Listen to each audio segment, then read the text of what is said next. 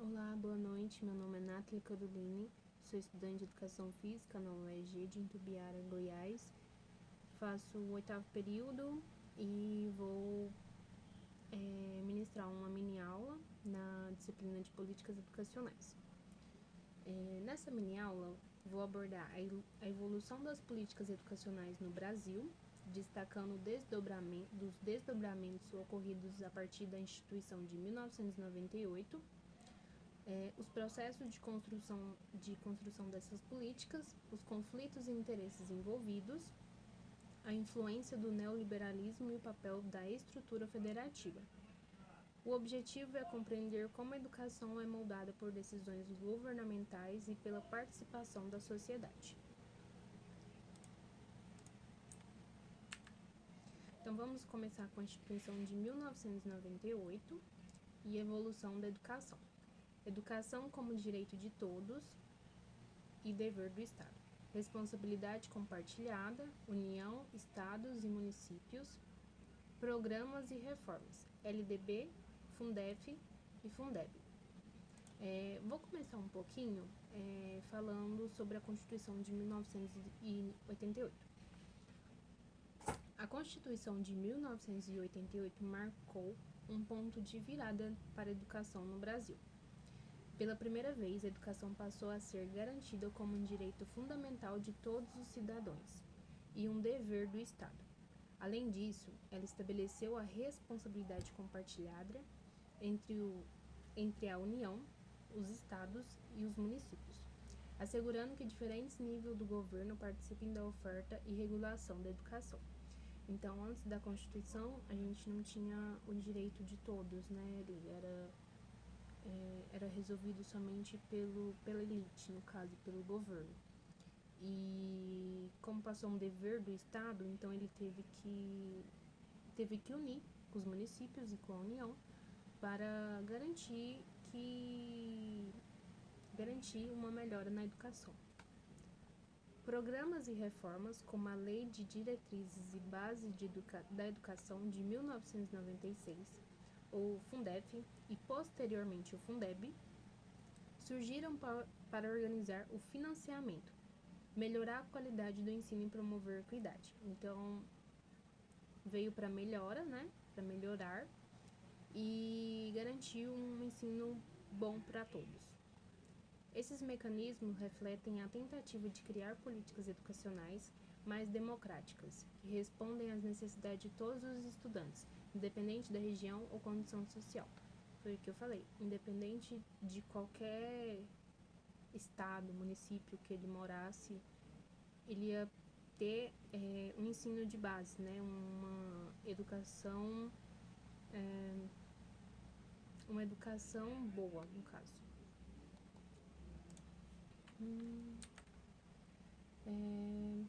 Atores e conflitos nas políticas educacionais. Atores envolvidos: governo, gestores, professores, sindicatos, movimentos sociais, consultorias. Pressões, interesses e negociações. Sucesso ou fracasso depende do equilíbrio entre Estado e sociedade. Então, no caso, as políticas educacionais não são construídas pelo Estado. Elas envolvem múltiplos atores. Além dos governos e gestores, professores, sindicatos, movimentos sociais e até consultorias privadas influenciam o rumo das políticas. Dalman, Caetano e Braga, de 2018, destacam que o sucesso ou fracasso das reformas depende de como esses diferentes atores interagem. Então, eles têm que interagir em conjunto para chegar num senso, né, e passar em diante essa tomada de decisão para uma melhora, para melhorar mesmo a educação, no caso. Essa interação inclui negociações, pressões sociais e conflitos de interesse. Por exemplo, uma reforma pode atender às demandas do governo por eficiência, mas enfrentar resistência de sindicatos que defendem melhores condições de trabalho ou currículos que respeitam a diversidade regional. Portanto, os conflitos, embora desafiadores, são motores importantes de transformação e diálogo democrático. Então, ali no caso dessa união, é legal, é bom, mas existem desafios e existe conflitos de interesses também.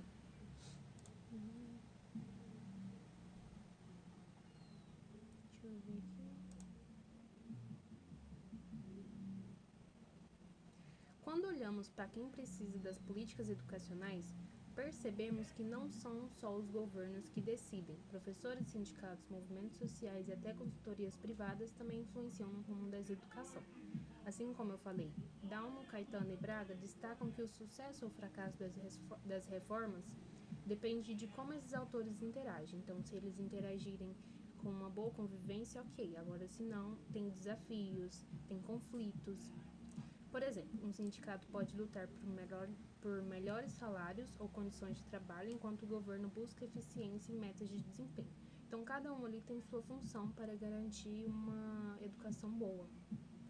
Às vezes isso gera conflito, mas, na minha opinião, é justamente aí que mora a riqueza. O debate entre diferentes interesses ajudam a criar políticas mais justas, inclusas e democráticas. Influência do neoliberalismo. Redução de intervenção estatal, educação como mercadoria, estudante como consumidor, gestão baseada em resultados, metas e indicadores, críticas, desigualdade e fragilização da educação pública.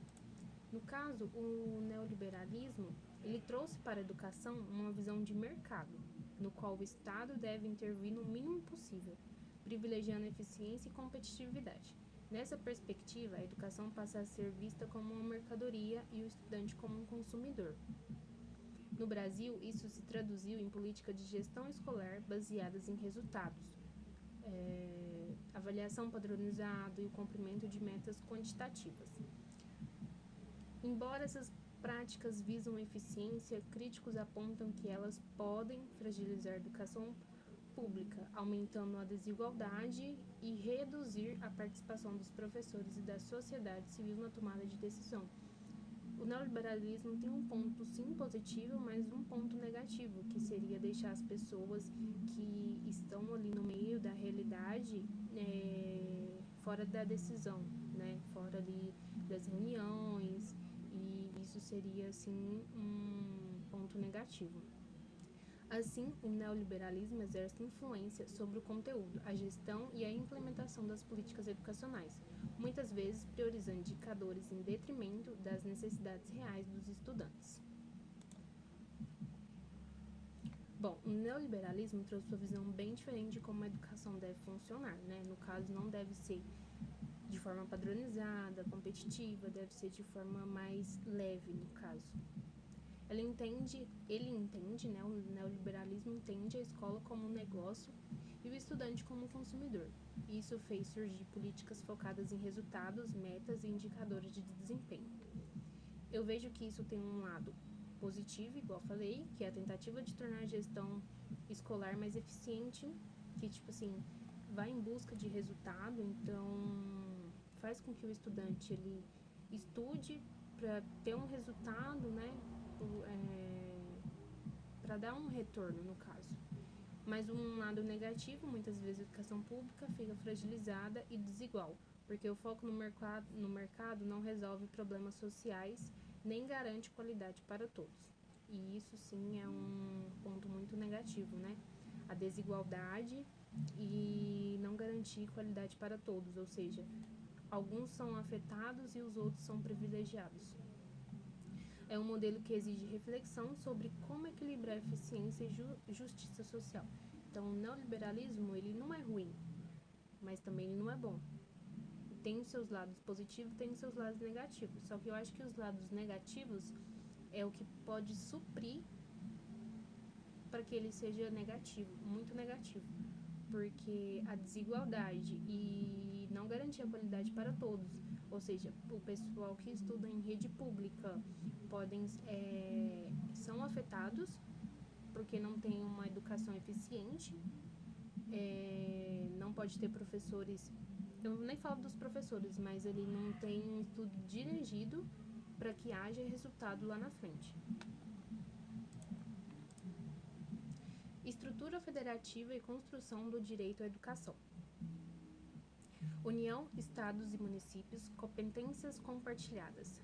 Adaptação das políticas à realidade regional, desafios, coordenação, disputa de recursos, controle social e participação democrática. Bom, o Brasil é uma federação composta por União, Estado e município, o que significa que a responsabilidade pela educação é compartilhada. Então, não passa somente na mão do Estado ou só do município. É uma união dos três para decidir o que é melhor. Essa estrutura permite que as políticas educacionais, como a LDB, e programas de financiamento sejam adaptadas às condições e necessidades regionais, garantindo maior equidade. Então, vamos supor, eles entram em reunião para decidir o que é melhor para o estado A, o que é melhor para o estado B. Não é que uma coisa só vai ser bom para todos. Não. Cada um tem que entrar no estado de Goiás. É bom isso. No estado do Acre, é bom isso. Mas se colocar uma coisa de Goiás no Acre, talvez não vai ser equivalente. Não vai ser bem sucedida. Ao mesmo tempo surge desafio, como a coordenação entre diferentes níveis de governo e disputa por recursos também. Por isso, a participação da sociedade civil, por meio de conselhos, confederações e outras instâncias de controle social, é essencial. Então, quando a sociedade civil entra para a tomada de decisão, é uma coisa que eu acho muito interessante, pois quem está no governo ali, quem está por trás da elite ali, do comando, não tem esse olhar mais profundo, porque ele não está no meio da realidade dos estudantes, no caso, né, igual os professores que estão ali no meio, né, não tem esse olhar, né, esse olhar mais crítico. É através desse controle que as políticas educacionais ganham legitimidade e refletem as demandas da população, não apenas decisões centralizadas. Igual eu falei, a entrada da sociedade civil é bastante importante, porque não vai depender só do governo para decidir. Quando a sociedade entra, a gente fica sabendo das coisas que acontecem, ou apenas uma porcentagem, mas não deixa só as decisões centralizadas para o governo, ou seja, o que o governo decidiu e pronto. Não. É igual eu falei, isso é positivo porque permite que as políticas nacionais sejam adaptadas à realidade de cada região, promovendo a equidade, mas também geram desafios, e isso é normal, né? Acho que em qualquer ambiente pode gerar desafios, conflitos. Às vezes falta coordenação, a disputa por recursos ou prioridade diferente entre os entes federativos. Vamos supor que na minha cidade o prefeito quer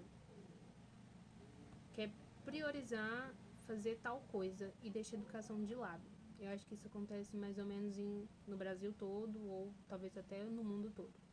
Que a educação não é prioridade. As prioridades são outras coisas, e isso vai gerando conflito dentro da sociedade em si. Então, isso que é um ponto negativo também. Por isso, eu acho essencial a participação da sociedade civil por meio de conselhos, conferências e movimentos sociais.